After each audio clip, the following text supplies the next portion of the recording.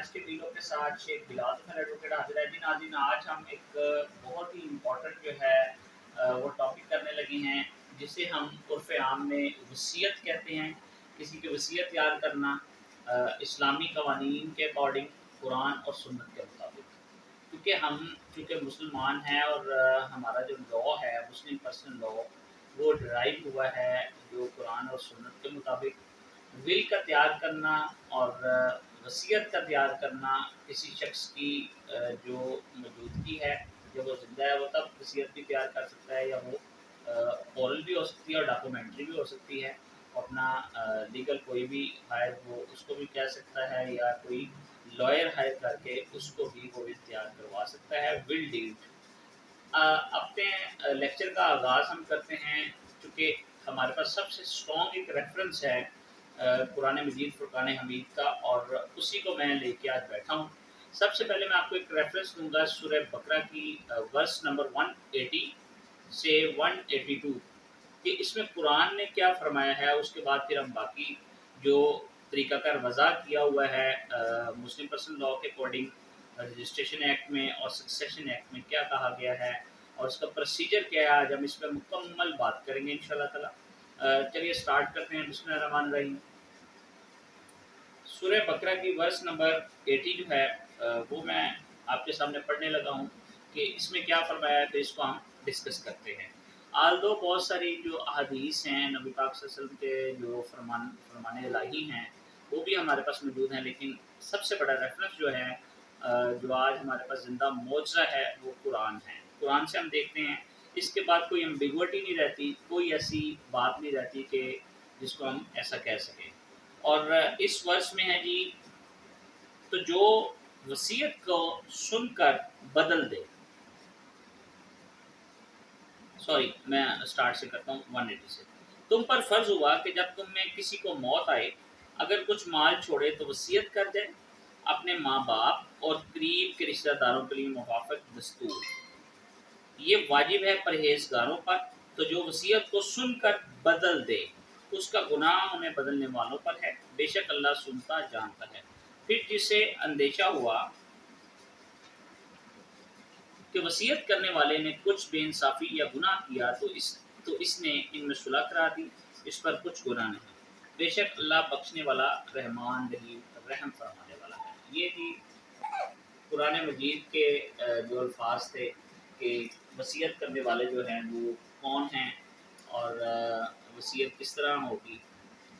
تو قرآن نے یہ طریقہ وضع کر دیا کہ 1/3 حصہ ہے وہ وصیت میں سے آپ دے سکتے ہیں۔ اگزامپل اس کی یہ ہے کہ اگر ایک بندے کی جو پراپرٹی ہے وہ 30 لاکھ روپے کی ہے، اس میں 1/3 جو ہے اس کا نکال دے گا وہ، جس کو ایک شخص کو جس سے زیادہ اس کو پیار ہے اس کے لیے وہ اوبیسلی اس کو 10 لاکھ روپے جائے گا، 20 لاکھ اس کے باقی جو لیگل وارث ہیں ان کی طرف جائے گا۔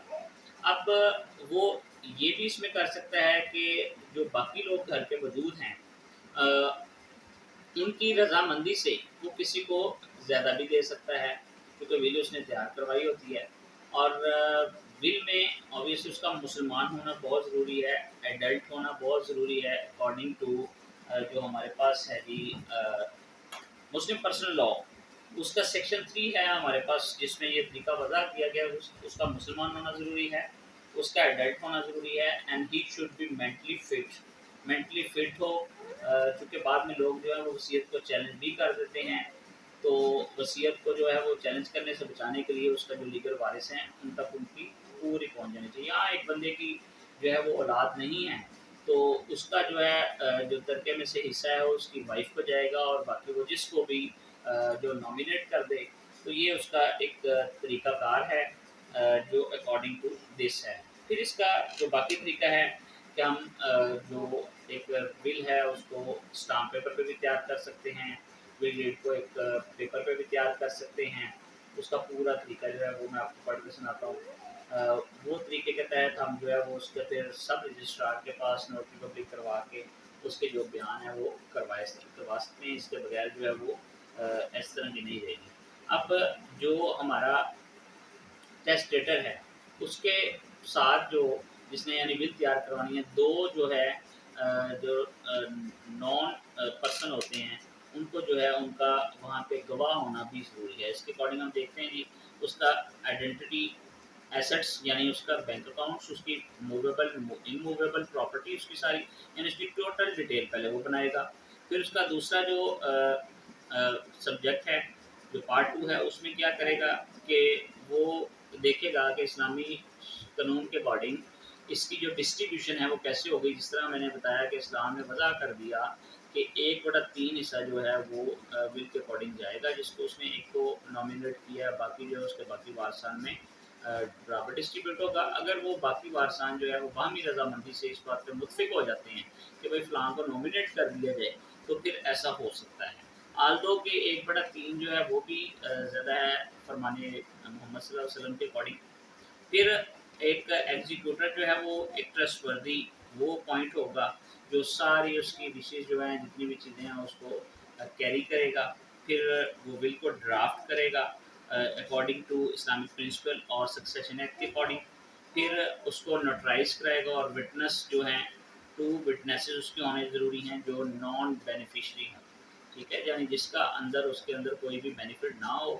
2 گواہوں کا وہ سائن کروائیں گے اس پہ ہم ول ڈیڈ تیار کریں گے، اور ٹیسٹیٹر کے بھی سائن کروائیں گے. ٹیسٹیٹر اس کو کہتے ہیں جس کی ول تیار ہونی ہے. پھر اس کو رجسٹریشن ایکٹ کے تحت ہم جو ہے وہ اس کو لیگلائز کروائیں گے. اب لیگلائز کروانے کے لیے میں نے آپ کو بتایا تھا کہ جو سب رجسٹرار ہے آپ کو اس کے پاس جا کے باقاعدہ طور پر اس کو رجسٹر کروانی ہے تاکہ کل کو کوئی مسئلہ مسائل نہ ہو. اچھا جی، اس کے بعد جی ہمارے پاس کچھ جو امپورٹنٹ سائٹیشن ہیں، امپورٹنٹ جو ہے کیس لاز ہیں، وہ میں آپ کو بتاؤں گا. جو امپورٹنٹ ججمنٹ ہیں کہ اس کے اکارڈنگ جو ہے وہ کیا ہے. 2017 CLC 664، 2017 CLC 666. اس کے اکارڈنگ کا کیا کہا گیا کہ 1/3 جو ترکے کا حصہ ہے وہ ول کے لیے کافی ہے. اگر اس سے زیادہ جو بات میں نے پہلے بتائی وہ سیم بات اس ججمنٹ کے اندر بھی ہے. پھر ایک ہمارے پاس اور ہے PLD 2017 سن 309. اور پھر ایک اور ہمارے پاس امپورٹنٹ ججمنٹ ہے that is very important 2001 CLC 1323. یہ امپورٹنٹ ججمنٹس ہیں جو اس بات پہ مور ثابت کرتی ہیں کہ یہ جو ججمنٹس ہیں کہ جی آپ جو ہیں ایک ول تیار کر کے اس کو پراپر طریقے سے اس کو محفوظ رکھ سکتے ہیں. اب ول کو جو اناؤنس کرنے کا طریقہ ہے، ایک آپ کا جو لیگل جو لائر ہے جو آپ نے ہائر کیا ہوتا ہے وہ، یا آپ کسی پرائیویٹ پرسن کے پاس بھی رکھوا سکتے ہیں. تو وہ جو ہے اس کی جانے کے بعد مرنے کے بعد اس کو ول کو اوپن کرے گا جو بہت زیادہ ٹرسٹ وردی ہوگا، اور اس کی بات جو امپارشل ہوگا وہ بات سارے سنیں گے اور اس کو جو ہے وہ پڑھ کے سنایا جائے گا. یا ایک شخص جو ہے وہ مرتے ہوئے بھی وصیت کر سکتا ہے، کیونکہ ہمارے ہاں مرتے ہوئے جو وصیت کرتے ہیں اس میں چند باتیں تو مان لیتے ہیں تو پھر وہ اس کا کوئی ریکارڈ ہوتا نہیں ہے. اس وجہ سے پھر پرابلمز آتی ہیں اسپیشلی جو ہمارے پاس پراپرٹی ہے اس کو لے کر. تو امید ہے آپ کو میری یہ ساری باتیں جو ہیں وہ انڈرسٹینڈ ہوگی ہوں گی. اس کے باوجود اگر آپ کا کوئی بھی کویشچن ہے تو آپ میرے واٹس ایپ نمبر پہ بھی رابطہ کر سکتے ہیں، کمنٹ باکس میں بھی پوچھ سکتے ہیں، میرے ساتھ آپ ڈائریکٹ رابطہ بھی کر سکتے ہیں. Thank you very much.